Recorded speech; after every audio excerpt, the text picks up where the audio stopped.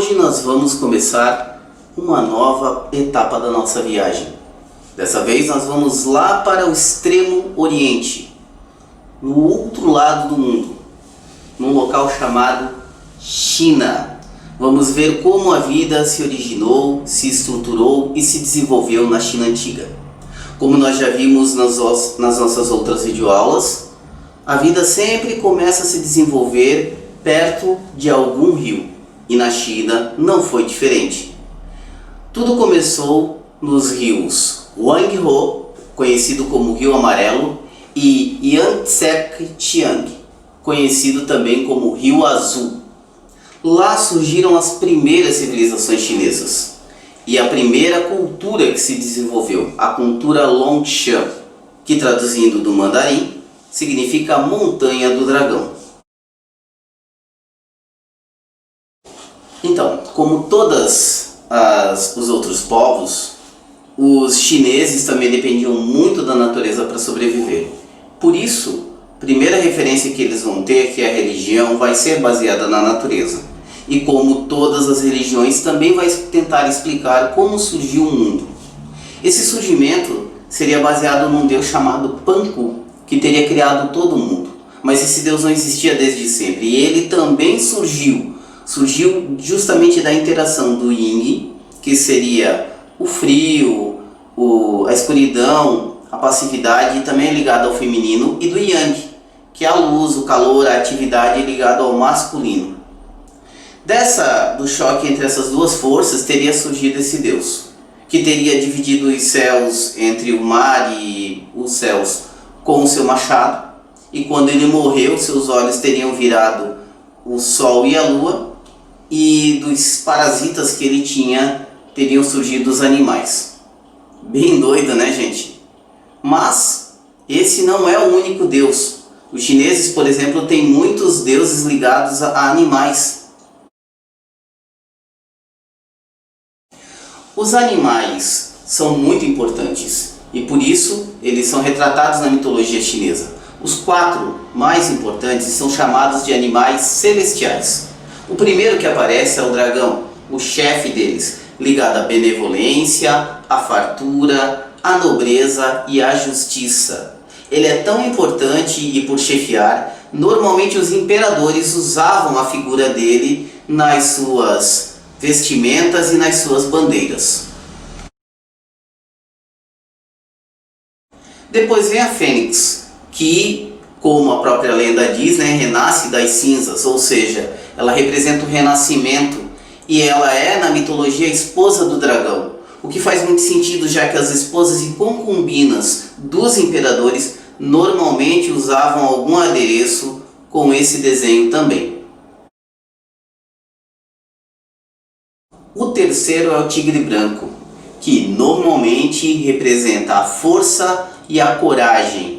Ele era muito associado às forças armadas, aparecendo também em muitos emblemas delas. Ele também é o guardião dos mortos, dos espíritos, que vai conduzi-los ao outro mundo.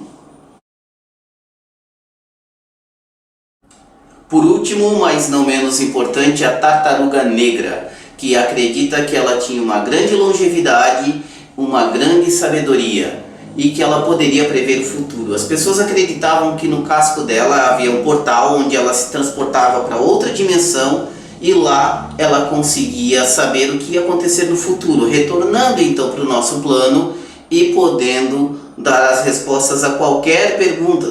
Ela poderia até adivinhar aquilo que não aconteceu por esse poder que ela tinha. Você já percebeu que isso está meio associado aí, quem gosta de ver animes? Alguns deles tem muito a ver com isso.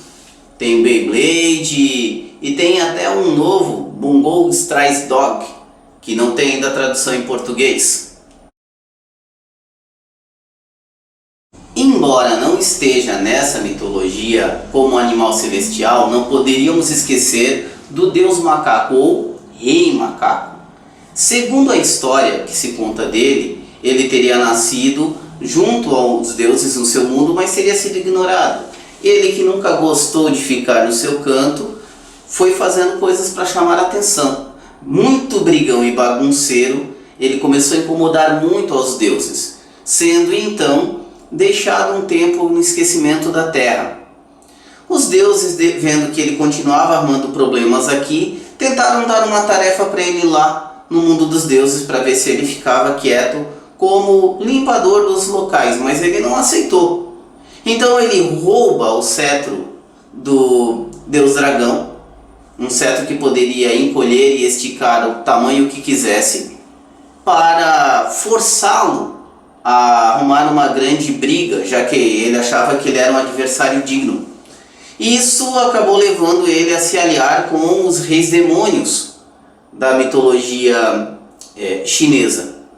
E vai no final sendo que todos os deuses tentaram, inclusive os animais celestiais, vencê-lo e ninguém conseguiu.